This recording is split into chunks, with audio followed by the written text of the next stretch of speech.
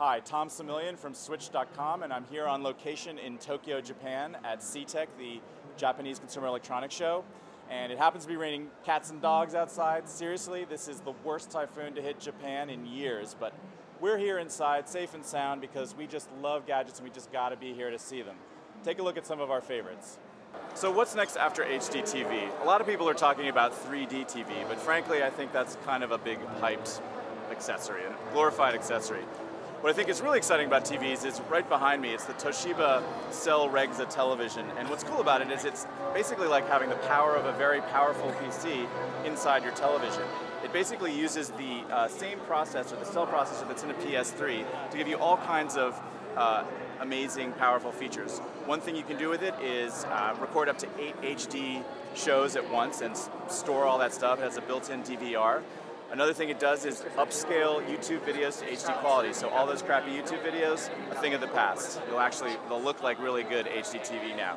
Another thing it does is do 4 times the clarity of HD TV. So basically, think about your typical HD TV image, the very best you can think right now, 1080p, 4 times that, and you've got that coming out of your Cell Regza processor. Just in case you do want 3D TV, it also does that. One of the biggest complaints about TVs today is that they use up a lot of energy.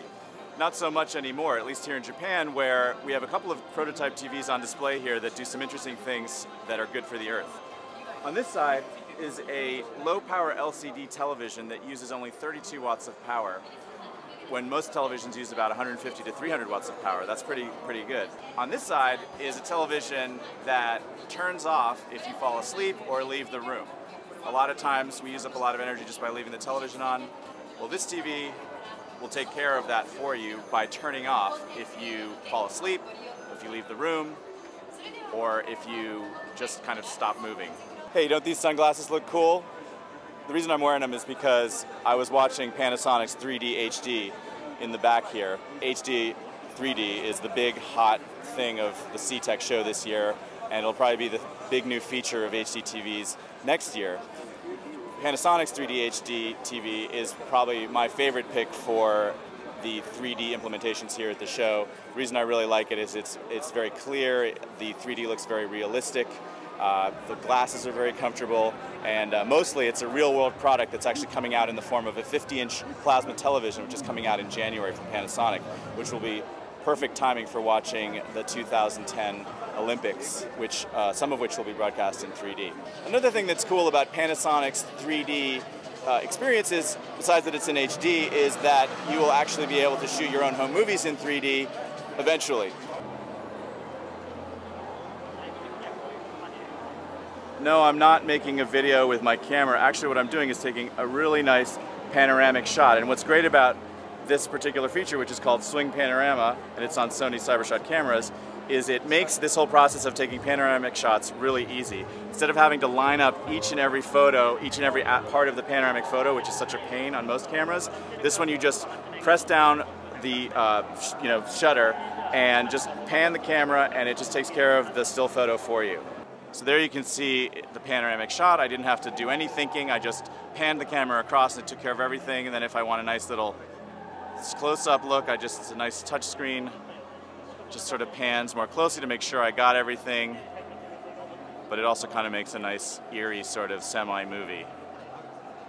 The Sony Swing Panorama feature, which you can look for on a Sony CyberShot camera soon. Oh, sorry, I'm not rolling my eyes because the last product was so horrible. It's actually because I'm turning the volume up on my Walkman to 11. That's because I'm using NTT Docomo's eyeball controlling headset, which literally uses the electricity. There's always a little bit of electricity in our eyeballs, and it's using that to control my iPhone. These headphones have electrodes in them that kind of pick up these impulses. So actually the graph you see in the back is reading, it's sort of measuring what these headphones are doing with my eyes. So basically I move my eyeballs in different directions and it'll control the iPhone in many different ways. So I turn to the right and that advances the song. Turn to the left, it makes the song go backwards. Roll my eyes up, it turns the volume up. Make my eyes go down, turns the volume down. If I want to answer a call, I turn my eyes to the right, turn them to the left, turn then to the right again, and then to the center, and now I can talk. And that's the NTT Docomo iControl earphone. So there you have it. There's some of the hot trends, some of the cool gadgets here at CEATEC in Tokyo, Japan. You'll be seeing some of these things in January at CES in the US and in stores next year. For Switched, this is Tom Samillian.